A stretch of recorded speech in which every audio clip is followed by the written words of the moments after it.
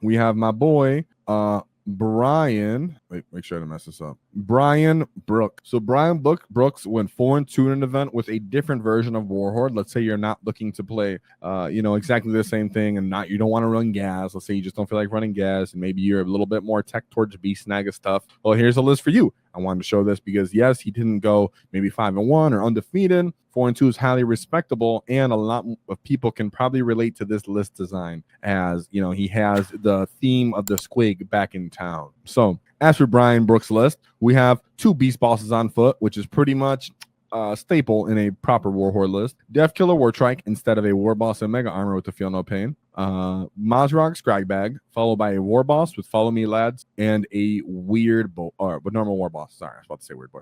2 units of Beast Snagga Boys, of course, for the war boss, the beast bosses. 2 units of boys, and these boys are actually for both of the war bosses. There are no knobs on this list, therefore the boys are just for the knob. The war boss is just for the boys. Makes them a potent cheap battle line unit. It's a very potent battle line unit at that point, right? They're going to really punch something on an objective and stick it after. A battle wagon with all the fixins. So he has a death roller, a cannon, lava, and a hard case. 2 units of Gretchen, followed by 2 kill rigs, right? So that's 3 thick transports on this list, all carrying bricks of killing stuff, right? You're putting both of those units of boys in the battle wagon, most likely, and then you're running 1 kill rig up each flank, hypothetically, then follow the Squighog Boyz wherever they want to go. So this is very much, I just flood the table with thickness and run at you and hopefully kill you. And because he does have a big unit of Squighog Boyz here to run alongside Mozrog Skragbad and a Warbiker unit, being a nice thick Warbiker unit.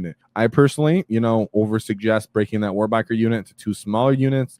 Even a 3-man unit kind of has enough ablative wounds and durability to get the most out of that Feel No Pain, and it gives you more stuff to kind of play the game with. And this is already pretty elite as this list you would see, right? But I can imagine this being quite fun. I don't think it's the most optimized version of War Horde, but I think it's very much a very good version of War Horde and a very much relatable version of War Horde, because a lot of people already invested into this kind of design and archetype.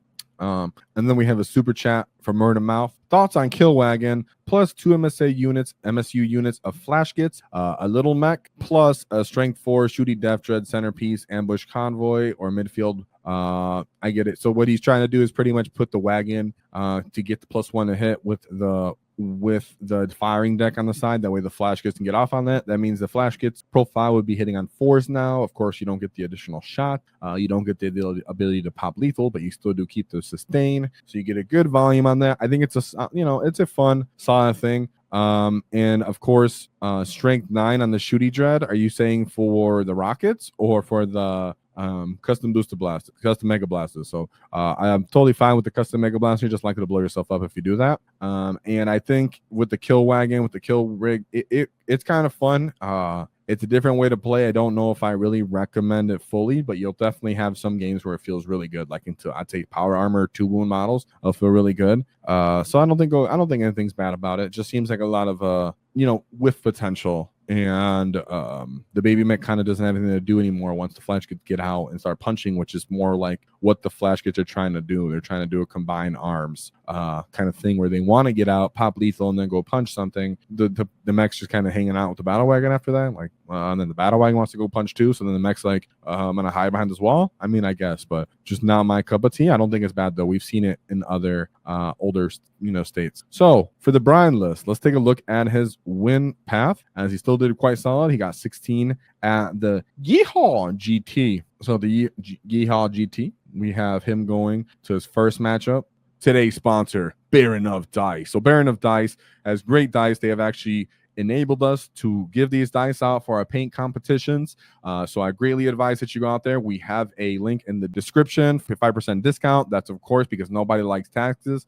Shout out to Baron of Dice, because they are actually customizing orc dice just for us that you guys will be able to get a hold of, and they look exceptional. So shout out to Baron of Dice. Really appreciate you guys, and I really do suggest you get them. I love the actual texture these dice have. Beautiful, beautiful, beautiful. He had to deal with Imperial Knights, and of course he calling it Canis Rex and friends. Yeah, Canis Rex is everywhere, and he's such a great ally on everybody's favorite list, right? So Canis Rex followed by Knight Crusader, Knight Errant. So this is a triple big knight list. I'd say automatically not the most proficient. You can drop this Knight Crusader and then bring like 3 or 4 more baby knights. I think that'd be a bit more potent. We have 1, 2, autocannon versions, and then 2 units of the Warglaives, followed by an Avusor Assassin. I think, for the most part, this is not an easy matchup by any means, but the fact that you're in your transports, Knights are really trying to pop you, you can run out and just punch into them, means you do have a really, really good state of play here, because it would take something like Canis Rex just freely getting shots on your Squigs to kill them effectively, and then these other guys aren't killing them effectively. If you start popping, I will want to say though, thermal cannon's pretty potent too, don't get me wrong, with the Knight Errant, but you could just straight up whiff as well. -1 to wound, of course they can get +1 hit, but that's only on the nearest target, so then you can kind of counter that by putting something a little ahead the Squighog Boyz, and then they can't get +1 hit on them.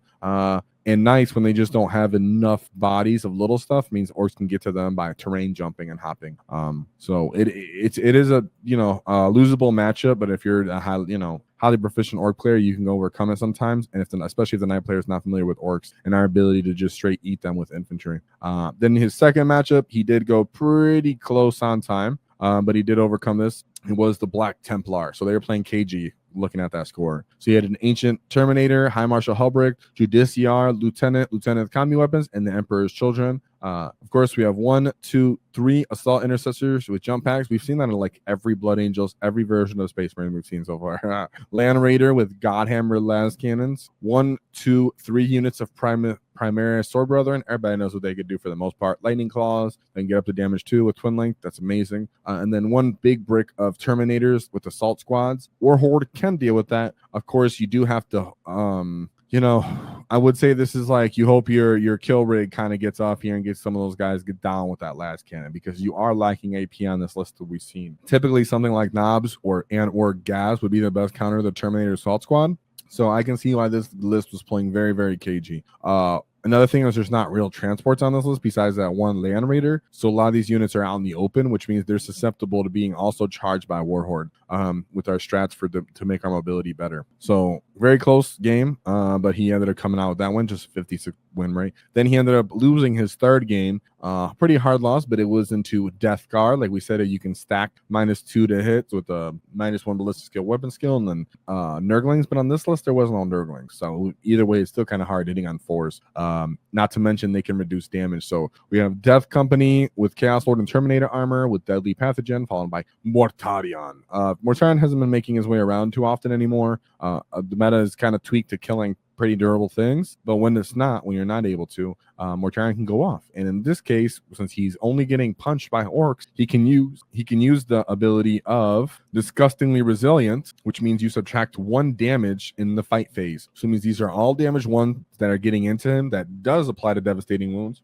So that means something like a Beast Boss is only doing damage 1, and then Morty does have a 5-up Feel No Pain at toughness 12. So if you don't have gas, which this list doesn't have gas, even on the WAAAGH getting up to strength 6, you're just winning them on 6s. Of course, you can give kill rig, might hopefully give you lethal hits, but that's wishing on a dream. And if it doesn't happen, it doesn't happen. And then Morty can kind of just punch through a lot of the stuff that was on that list. We have a Tallyman, we have a Land Raider, which of course, because these Soul Shatter las cannons are something that can threaten a kill rig. I wouldn't say they can one-shot it, but when you add Annihilator Predator cannons on there with this twin las cannon here as well, and another one with twin las cannon, now we have enough potential to pop battle wagons and kill rigs. Death Shroud Terminators, which are great fighting units, big sweep attacks, anti-infantry flamers, 3 Flouted Bloat Drones, which these guys are great for spreading the contagion. They don't die too easily either. 2 units of Plague Poxwalkers, good screening chaff garbage, and then 3 Carnivores. Carnivores have the multi-melta las launchers, right? And then they also have the Havoc multi-launchers, and then they also have the melee profile with the chain weapons. For 140 points, Orks are having a hard time trading into something like that, right? A Beast Boss with Beast Snagga Boys is 185 points. So trying to kill something like a Carnivore does take you finagling, using bomb squigs, throwing a grenade, and then punching him with something, right? In order to get him down. Getting lucky with the last cannon, stuff like that. But it's very much still a difficult matchup when you're missing kind of like the components to War Horde. Even Squighog Boyz making them all damage 1 going into Mortarion, there's a chance he could very much survive that now. Mozrog sometimes goes off, but he sometimes whiff. Not to mention all those weapons means the Squids can get screened, and then the Squid can go into a Carnivore, and then Mortarion countercharges them. So there's a lot of ways that could have gone, because they'll 38-point win. So it was actually lost, sorry. So very hard win game for him. Going into his 4th game, he had to deal with Astra Militarum. Like we said, Astra Militarum is pretty tough, but let's see how it's going here. We have a Tank Commander, Armored Sentinel, already getting a little off the basic. 2 Basilisks, which are actually pretty great. They can reduce your movement. Squigs will ignore that, though. Hellhound, Hydra. So instead of bringing the Chimeras for just 75 points, he wanted to bring Hellhounds, which is fine, but Chimeras are just so much better, which are serving like a similar job of like going in the middle and drawing out attention. Hydra, a Lehman Rush Demolisher, another Lehman Rush Demolisher, which are pretty awesome because Demolisher cannons are great. Exterminator one, these are the cheaper ones that you could put in the front alongside the Punisher, who's even cheaper. So these are the ones that you could just kind of hope to play mid-table. Rattling Snipers, Scout Cylinder, Wyvern. This guy's still trying to play indirect fire game. He doesn't even have enough Scout Sentinels, in my opinion, for that. He doesn't have any, which you would want to kind of help them. Hopefully, I think they get like reroll ones or something. Even if not that, you still want the Bolgren. Bolgren are the way to play Astra Militarum at the moment. It makes some people unhappy, but it is what it is because you do very much need to hold people in place because the new terrain allows you to stage a lot better and run out and punch you. So Bolgren are a very important vital role alongside some infantry or counter-punching unit that can deal with whatever gets stuck in too close to your gun line and your tanks. And then even if they do punch through it, then your tanks are just durable enough to kind of stand in an objective or get stuck in combat for one turn and then shoot it away. But in this case, he doesn't have Bolgren. So in this case, he ended up losing that matchup. I wouldn't say it's all right on Bolgren, but it does make a big difference. As for his 5th matchup, he went into the Sisters of Battle with the Bringers of Flame. So this is that everybody's worried about type of thing. With them getting their flame relatives up to strength 10. We have a Canonist with jump pack, another Canonist with jump pack, Demon Fugi, whatever her name is, I don't care. Morgan Val and Triumph Hosting Catherine. Immolator. Those are excellent dedicated transports as well because they actually have firepower. So it's pretty fun. Followed by 3 Castigators. So Castigators typically lack from their autocannons. In this case, they don't lack. And they also work pretty great into Squighog Boyz, even with just having nice flat damage 3. A Dominion Squad, the ability to nice separate into smaller chaff units feels pretty good, and then have a bunch of units with multi-meltas. And then a Paragon Warsuit. These girls crump. Very, very good. I will say that you are happy to have something like las cannons that are auto-hitting to go into them. And then a nice fat unit of Seraphim. I would say they do go pretty hard with their hand flamers in this detachment, but they're also quite pricey. So if you survive it or you get to counterpunch them, it feels really good to just beat up those little T3 bodies.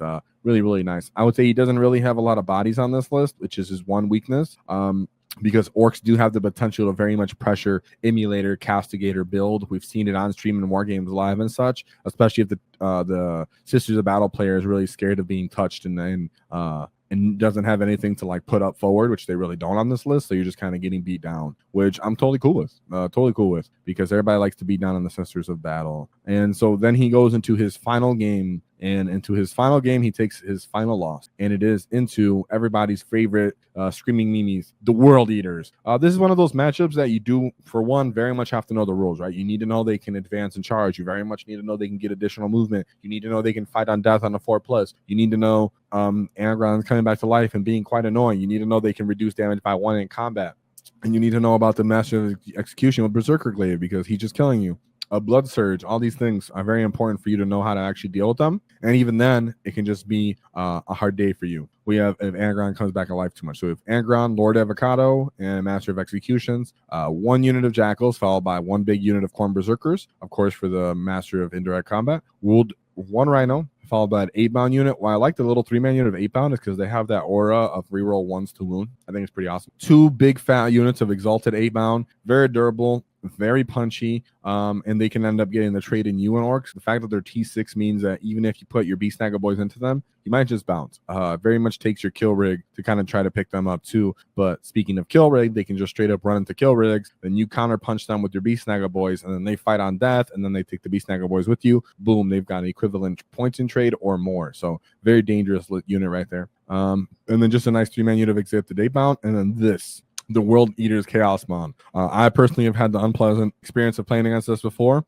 It's just hilarious because these guys can get a 4 Feel No Pain. They get OC. They're only 65 points. They still get all the abilities from the strats. They get a good volume of punches, strength, AP, and damage all into one into this nice little unit. and I believe they heal too. So these guys are just not trading for 65 points into anything Ork related for those points. At best, you can hope that like a fat unit of 10 flash gets kill them, and then you realize that's almost 3 times the point cost. So it's kind of funny how that works out. Very potent unit. I feel like if I play World Eaters, I'd play with those, or maybe even 2. So yeah, not surprised by that one, because World Eaters are sitting at like a 60% win rate right now. Nothing to be ashamed at. They're always a good fun matchup. At least you went down fighting and scrapping, and that's a good way to go down. So shout out to Bryan Brooks for playing a nice beast Snagga heavy based list, and I think a lot of people can appreciate that, because a lot of people were really down because they always hear, man, Squig sucks, Squig costs too much, man, kill breaks suck, bro, F tier, yeah, you know, I know a lot.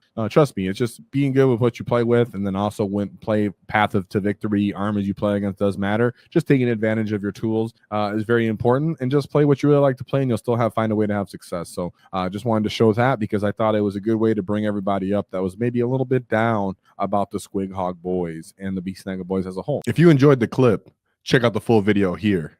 If you'd like to see more tactics, click here. Let's get stuck in, lads!